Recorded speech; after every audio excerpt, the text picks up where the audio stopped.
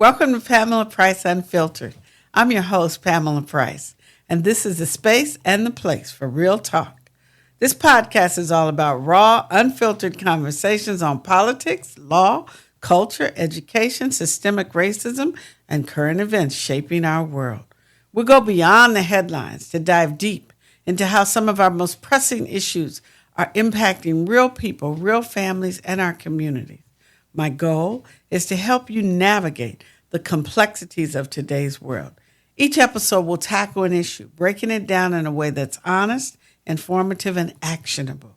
We'll hear from community leaders, lawyers, activists, healers, and everyday people on the front lines of change. For those tuning in for the first time, I'm Pamela Price, a longtime attorney, political activist, and champion for justice. Please subscribe to my YouTube channel to watch the show and to my Substack to read the weekly word. Your support keeps the conversation raw and unfiltered. And you can listen to Pamela Price Unfiltered wherever you get your podcasts. Welcome to the show. Let's talk about it.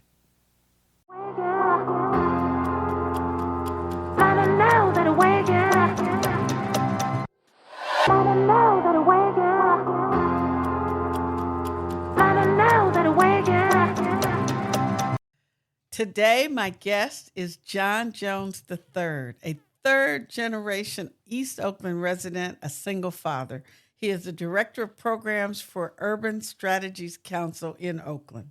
As a formerly incarcerated advocate, John seeks to transform his community by utilizing his experiences and expertise as a consultant, life coach, and subject matter expert.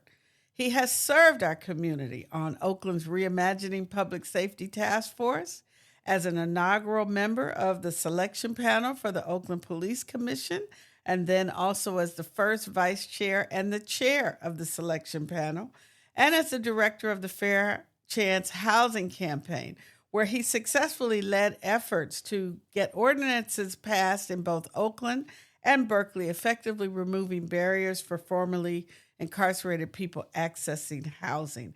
John is also currently a member of the African American Sports and Entertainment Group, known as AASEG, which is in the process of developing the Oakland Coliseum and recently entered into agreements with the Oakland City Council and the Alameda County Board of Supervisors to purchase the Coliseum complex. John is a well-known activist in Oakland and a man who is well respected and brings a lens of deep wisdom to our community. John, welcome to Pamela Price Unfiltered.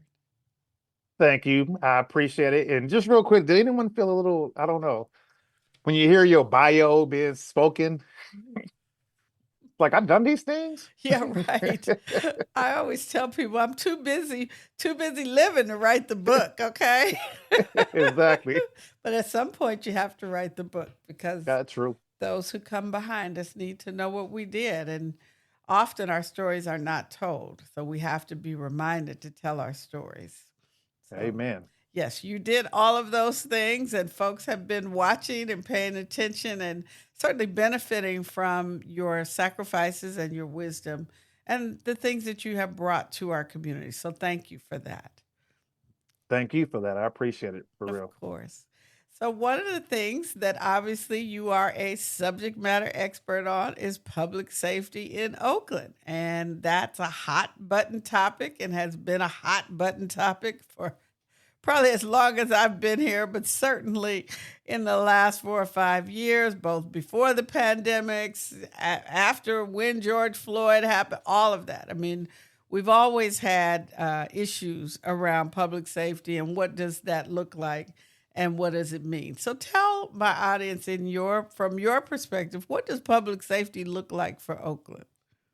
Oh, that's a great question. And to me, that's the most important question. Like, for real, what is public safety? What constitutes public safety?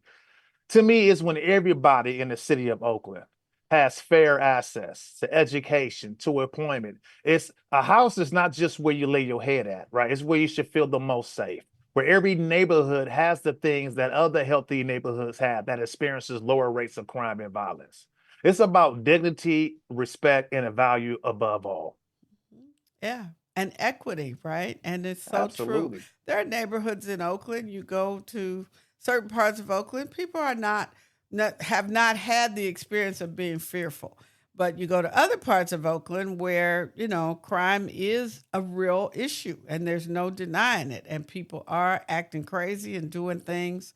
And yet those our communities tend to be over policed, and yet we also may be deemed to be the least safe. So tell me, what do you think about policing? What is policing for you?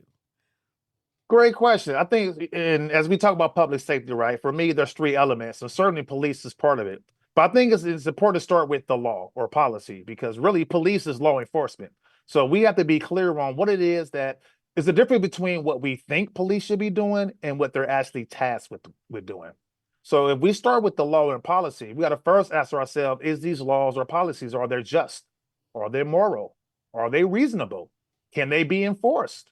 Right. And the point about morality is important because we must always remember at one point in time, it was legal to own another human being, our Black ancestors. It was legal for a man to beat on his wife.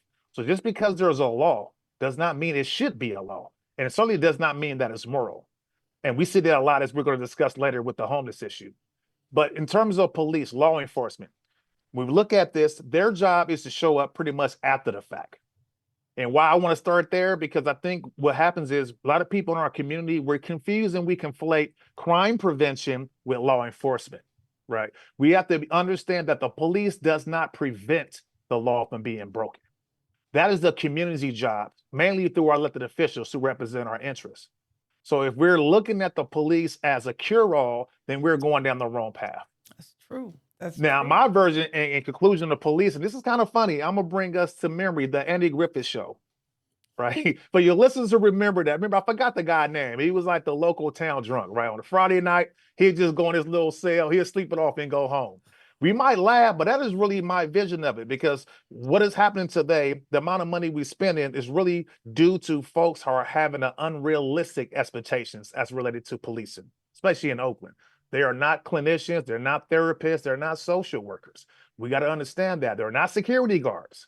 When we understand that they are, at the end of the day, a limited resource at that, then the question becomes, what is the best use of said resource, as opposed to just throwing money at something that has not made any of us feel safer in the city of Oakland? That's absolutely true. When you think about the one place where it's so glaring, and people have been raising this for years, is domestic violence. Police intervention in domestic violence disputes, along with intervention in where people have mental health crises, it doesn't work. It ends up being an aggravating factor in an unstable situation, because they're not, no matter how well you train them, that's just not what they do. And so you're so right that the intervention aspect is not really what they do. They come after the crime has been committed, and we expect them somehow to prevent. So it's a good point that you tell us about the three things that you do think that help to define public safety in a community. Right. Again, it's important to start with the law, right? Why do we have laws on the books? So, for example, I remember the decision to ban menthol cigarettes, right? And I bring this up for a reason as a former smoker. Thank God I've been delivered from that. But my point is, we were told that this is important to protect the health of Black people. Now, my point was, how about protecting the health of everyone and ban all forms of cigarettes? Why are you hyper focusing on the brand that we know that Black people use? So this is an example of regressive policies, and we must be very careful that we don't fall prey to that because we end up criminalizing and harming those who allegedly the decision is trying to help. So we got to start there. Let's make sure that we're getting to the number one and get to the root cause, because a lot of this feel like punishment. We're not really trying to create safety. We're just really criminalizing and punishing people. And I always say this, if you think about homelessness again, as it's being criminalized, folks act as if someone is intentionally choosing to be homeless just to piss you off. When most of us, 90% of the population here in Oakland, we are one tragic thing away from joining these folks underneath the freeways. So we need to have more compassion as a human being, right? Yeah. And then last thing is, like, what does investment look like? And again, for me, this key piece of public safety in this conversation is it starts with education. Let's look at the history of past policies. Again, if we start with, it's interesting in 2025, I feel like two things are happening as it relates to a lack of education or a lack of knowledge. And it's like these pages in history get glued together. We've seen this with the crack epidemic, right? When people talk about public safety today, if you're not mentioning the impact of the crack epidemic, then you're not having a real conversation about public safety. We have to really understand that the government divested from these programs that served as a social net for our community, and in turn invested double, triple, quadruple their funding for law enforcement and prisons. Between 1980 and 2000, the state of California built 20 prisons, but only one college. That to me signifies a clear message that the intent is to incarcerate our babies and not educate them. Right. But even more recently, it seemed like the impact of the pandemic. If you look right before the pandemic, crime and violence were decreasing, right? Now, all of a sudden, folks are acting like circa 2019, the world was perfect, and all of a sudden, people just woke up one day and start acting a fool. So the last piece I want to throw in there, because again, we have to do a better job of defining the phenomena. It's not just saying people are bad or the system is bad, but getting specific. So I always start with Reagan, because the crack epidemic would not have taken root if it wasn't for the fact that Reagan, first as governor, then as president, divested from mental health services. So when people could no longer have shelter in these facilities, they were released in the streets.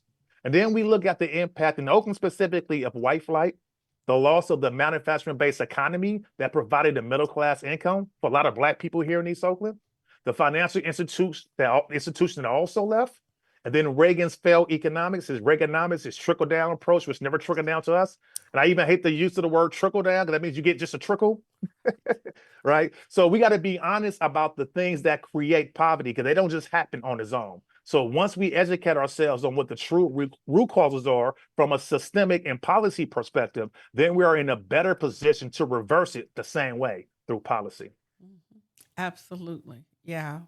And it's so true. We don't study the history of how we got here. And it's just like, we're here now. So let's react to where we are right now without really taking the time. And that's what we need policymakers like you and program people to look back and really tell us what has happened and what is a reasonable strategy based on the actual history of our community for us to be able to move forward and to get past this. One of the things that I took from, I recall from your tenure on the Reimagining Public Safety Committee, was you talked about needing to have more homicide investigators and more investment in actually solving crimes. And that to me is a really important piece of crime prevention, because unless you can solve a homicide or homicides consistently, you're going to have more homicides happening, right? Because you ain't caught the person or persons who actually committed the crime. They're not getting caught. And so they're continuing to be able to terrorize the community in ways that folks don't even realize. Like, how many bodies, and I hear this, like, he got a bunch of bodies on him. Well, what happened? How did he get that many bodies, right? Like, where was the investment in investigation and really following up? And in fact, for Oakland, certainly using the technology. We know that our department is way behind on technology, way behind on organizational management. And we've had a lot of problems with the management of the department over decades, okay? It didn't just happen. There's been people in that department for 20 years, 30 years. They bubbled up to the top. And, they brought the same kind of problems that we saw back in the days of the writers and even before then. And so in your capacity currently, what is the study? How is the study of public safety, if there is such a thing, how is that being managed? Great question. Well, how's being managed? Not well. But does it need to be managed? Absolutely. And again, it starts with historical context, because I want to remind your viewers that we were, as a community, we were here 30 years ago. we have to look at what we did during the crack era. We thought we can arrest ourselves into public safety. It took us roughly 25 years to figure out that didn't work, right? So over the last decade, we made great strides during criminal justice reform, and the data backed those numbers up. For people who like to talk about crime and violence in Oakland, if you look specifically from 2013 to 2019, the city of Oakland had double-digit homicide total, as opposed to the traditional triple digits. Now, while we all can agree that that's still a lot, we need work, the point is progress was being made and we were on that path. But then the pandemic came that disrupted life greatly as we once knew it, right? So again, we have to look at what works and what doesn't and get out of feelings. That's the biggest issue with public safety today, in my perspective. People talk about how they feel. And I get that for some people, like anecdotal evidence, I feel unsafe may matter to them, but there's nothing logical about that whatsoever. And a perfect example is the data reflects a reduction in crime and violence last year. It's clear. But then if a person says, I don't feel that is true, then you're going to gravitate toward a narrative that's going to reinforce that. And what I hear now is, well, it's the subject of unreported acts of crime and violence. My counter to that is, it's not even really a counter. I would take that and add that, well, we always had a dynamic of crimes and violence being unreported. So even from that perspective, there's still a decrease, right? Because even today, the data shows that 911 calls have gotten quicker. Is it where it needs to be? No, but it's not where it was, right? And I think the last piece of this really is looking at, and this is an interesting paradox with Oakland, because on one hand, public cases across the nation, the proliferation of these monetized accounts that benefit financially from bashing Oakland, how do you juxtapose that with the reality of between the year 2010 and 2020, over 50,000 people have moved into Oakland? And I would submit that number is even higher when you factor in the displacement of Black people, which is also in the tens of thousands. So no one is moving into Oakland on a Section 8 voucher. So if folks are moving into Oakland and they're dropping $1.2 million on a home, is Oakland really as bad as they're trying to make it seem? Or is it a scare tactic to divest from the communities who've been here long term and just to benefit the new ones? That's the question and conversation we need to be having. Absolutely right. The wealth gap is real, and we see the transformation of Oakland has always been a working class town and a place where you could get an apartment. You and I talked about you could get an apartment for $400. I had a studio, $400, right? And you can't do that now. And the rent is too damn high. Let's be clear about that. But let's talk about the paradox of the doom loop and the disparagement of Oakland locally, nationally, and the reality, which is really what you and I talked about as well. Tell my audience what a great town Oakland is. What are the great things about our city? You know, I've been blessed to travel in this country, and it seems like everywhere I go, literally everywhere I go, and it's interesting to me that even people already know I'm from Oakland.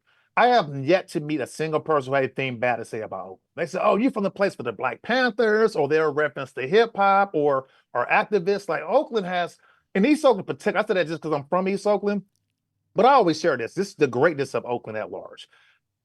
What do Too Short, Tom Hanks, and Bruce Lee have in common? Right? They wasn't born in East Oakland, but they came to East Oakland. And it's something in this air, this soil, this culture is so vibrant. It allowed them to be the best, literally at what they do. That is what Oakland takes what you already have and it will magnify. It will just make it special. And that's my message to young people in particular, because once I began to do the research and I realized I am walking the same concrete and sidewalks as some of the best who ever done it. Whether you're talking about athletes, baseball, football, basketball, if you're talking about music, we can just go on and on. The actors, right? I was born at the same hospital as Max Baer Jr., who played Jethro on the Beverly Hillbillies. I was born at the same hospital as Brandon Lee, Bruce Lee's son. So for me, it gives me a sense of a special connection. And I think that is what's the key issue with public safety. It's really the conflicting message in a lot of ways mirror how Black people have been portrayed historically in America. We know we great, but in order to make us feel inferior, then you have to create a campaign that constantly sends a message of that. Right. And the hope is that the people will somehow buy into that. And by buying in, what I mean is people will move out. People will begin to devalue their city. People, in turn, will begin to advocate for things like more policing. They will advocate even for the influx of the National Guard, which would do nothing to improve the quality of their life. So we're seeing a manipulation on a psychological level, but on a national scale, because I want to add the other piece from a national level. We feel a lot intensely in Oakland because Oakland just has a global reputation.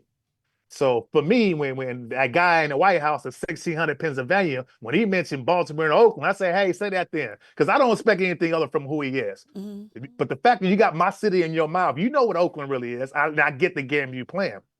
But my point is this: if we look at this on the other level, one hand is about taking over the city, right? This city, San Francisco, you only can build up. Oakland, you can build out. We have the best weather. We have a port. Our transportation infrastructure is second to none. Right? Our proximity to two of the most prestigious universities in the world, Cal and Stanford. I get the plan. This is gentrification. This is a long-term plan that they thought of when they left Oakland. White people, let me be very specific what I'm talking about.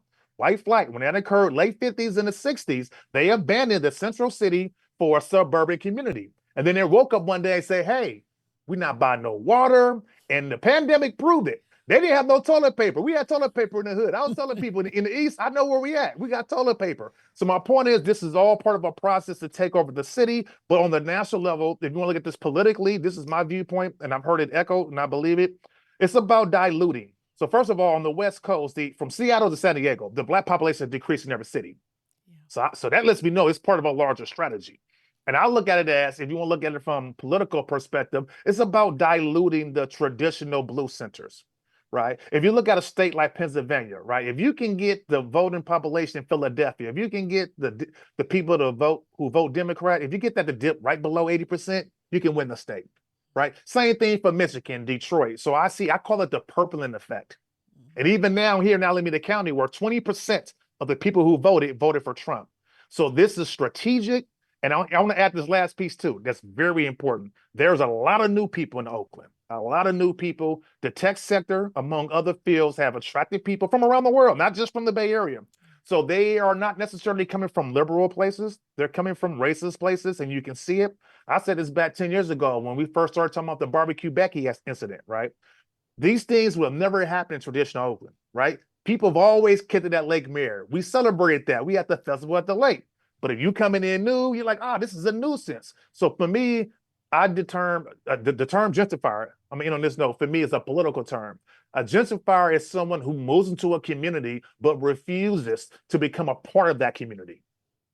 So they're trying to, wherever they're from, they're trying to remake Oakland to whatever their image is, and this is not that, right? So don't come to Oakland and say you love the Black Panthers, but then who they stood for, Black people among other marginalized people, you have an issue with, then you're really not following that spirit. And I will say respectfully, Alameda is not full.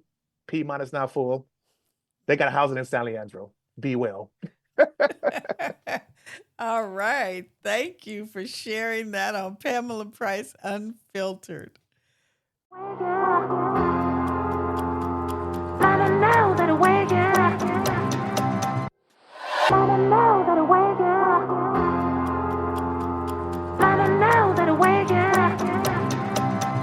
Back in 2003, Oakland settled a lawsuit over some corrupt cops. As a result, a court monitor was appointed to oversee the department. Now, Chief LaRon Armstrong and his supporters say he is being smeared as a way to protect the monitor's job. As he arrived at the Monday morning press conference, the look on Chief LaRon Armstrong's face showed what he thought of Mayor Shang Tao placing him on administrative leave pending an investigation. I know that I did nothing wrong. Armstrong says he doesn't blame the mayor, but rather federal oversight monitor Robert Warshaw. For those that have been around here and have seen many chiefs fall, the common theme when those chiefs fall is that it comes based on the monitor's recommendation. At issue is a report from Warshaw accusing Armstrong of not holding an officer accountable for covering up a collision with a parked car, and a second incident of the officer allegedly discharging his gun in an elevator. But Kat Brooks, who is an outspoken critic of the police department, says if Armstrong is interested in accountability, he should be willing to take the leave while the matter is being investigated. I don't think it's a smear campaign. I think it's police departments being held accountable, and law enforcement doesn't like to be held accountable, and they certainly don't like the power to investigate themselves being taken away. And so to me, that's what the bluster is about. Welcome to Legally Speaking. In January of 2023, the Oakland police chief fell out with the court-appointed monitor overseeing the department, ended up getting fired, and led the Oakland Police Department into a spiraling crisis that lasted almost 2 years. In June 2025, the Bay Area Council Economic Institute issued a report on public safety in Oakland. One of its key goals is to end federal oversight over the Oakland Police Department. In 2019, I represented the Coalition for Police Accountability and a group of citizen activists, and we filed a motion to intervene in the Ryder's case in the federal court. My guest today, John Jones III, was one of the named interveners. The court recognized the important role that my clients had played to help create the police commission and their long-term efforts around public safety issues in Oakland. At that time, Oakland Police Department had been under the consent decree known as the Negotiated Settlement Agreement, or NSA, for 16 years. And as I argued then, all of us who live there are acutely aware that we are not safe many times when we're dealing with OPD. And that is a perspective that, unfortunately, Your Honor, has not altered in the last 16 years, despite the court's best efforts, despite the efforts of plaintiffs' counsels, despite OPOA's efforts, because ultimately what people see on the street is what the court does not see. What people see on the street is what the monitor will never see.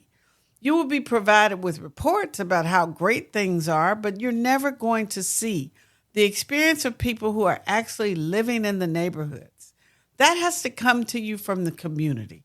And we filed this motion because we believe that the community does have the ability to help this court to be both a bridge to the police commission, which we're not seeing that in any perspective here, as well as representing the interest, reflecting the interests of the community. The court decided in 2019 that it would not be effective or efficient to add another group of interveners in the Ryder's case. The OPOA was the only intervener at that time. While the court expressed appreciation for the coalition's work over many years, the court's view was that adding more people to the case would not make the litigation more efficient or assist him in resolving the legal issues presented to him. Fast forward to June 2025, the Bay Area Council Economic Institute issued its report on public safety in Oakland with a series of recommendations. One of its key goals is to end the negotiated settlement agreement. And the report expresses a desire to, guess what, intervene in the Ryder's case. They say that other key stakeholders, meaning large landlords and developers, should insert themselves into the judicial process by showing that court monitoring is no longer necessary in Oakland and that it may be doing more harm than good to overall public safety structures. Ironically, this proposed strategy ignores the history of the NSA and the community's prior efforts to transfer oversight from the court to the Oakland Police Commission. It also overlooks recent scandals where a seasoned veteran homicide detective was accused of bribing witnesses and lying under oath, where the last two police chiefs and high-ranking members of the department have been disciplined for misconduct in office. The Bay Area Economic Council seems to also forget, as my guest John Jones III pointed out, Oakland Police Department is essentially on probation for crimes committed against our community. And it seems that OPD cannot successfully complete its probation. Asking the court to relieve OPD from the obligations imposed by the negotiated settlement agreement without requiring OPD to complete its probation would be a strange way of protecting public safety. We all want to end federal monitoring. For July, the court just ordered the city to pay the monitor more than $30,000 for 1 month. Multiply that by a year or 22 years. It really is up to Oakland city leaders to bring the Oakland Police Department into compliance with the negotiated settlement agreement as soon as possible, by any means necessary.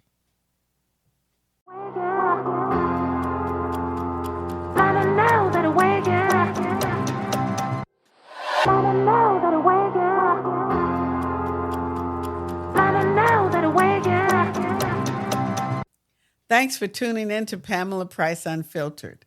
Don't forget to like, share, and subscribe to our YouTube channel. And please sign up this month as a founding member or a paid subscriber to my Substack newsletter to get the weekly word from Pamela Price Unfiltered. Your support keeps the conversation raw and unfiltered. And you can also listen to this podcast wherever you get your podcasts.